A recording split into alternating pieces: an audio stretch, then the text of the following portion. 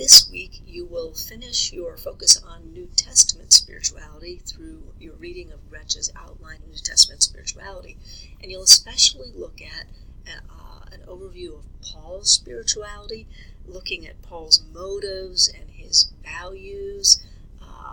Gretsch notes that we don't have a full theology of Paul. He didn't sit down to write a theology when he was writing his various epistles, but we do get a glimpse of what Paul valued and of Paul's own relationship with Jesus Christ, what Gretsch is going to call Paul's own personal mysticism, his own personal experience of the presence of Jesus.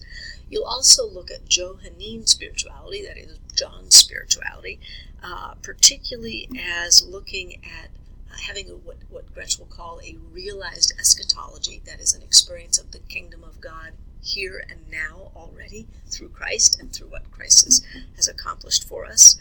And you'll also look at the book of Acts and the book of Revelation.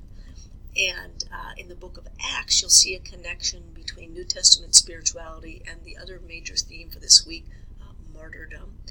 And when you review the Gretsch's overview of the Apocalypse, it's a very nice, succinct teaching about the genre of apocalyptic literature and the way the writer of Revelation uses that genre to lay out a symbol system that has layers of meaning and layers of ways of being applied to all kinds of structures throughout history that resist the kingdom of God, and how Christ overcomes those sinful, evil structures. So I hope you enjoy that.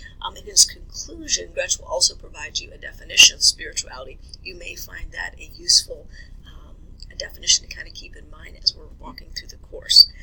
You're also going to be looking at the topic of martyrdom. Sitzer's chapter will introduce that idea, and I have you reading the earliest extant written down account of martyrdom that we have, the martyrdom of Polycarp.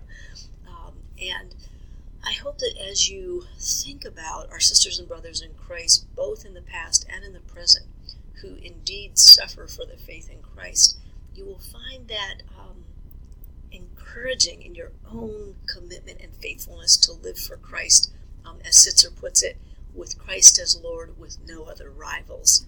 Of course, for many of us, that's a challenge because so many things rival God for lordship in our lives, things that want to drive us or give meaning and direction to our lives. But as Christians, we're called to allow Christ to have that sole lordship in our lives. So I hope that you find this week's readings and the activity also at the end of Sitzer. There's an exercise you'll do where you write your own obituary. I hope that you find this week's work helpful for you in just helping you to, if you haven't already, kind of focus and refocus perhaps on your own commitment to Jesus Christ and your own spiritual life. So that's what's coming this week, and I hope that you find your studies this week something that really strengthen you in your own walk with Christ.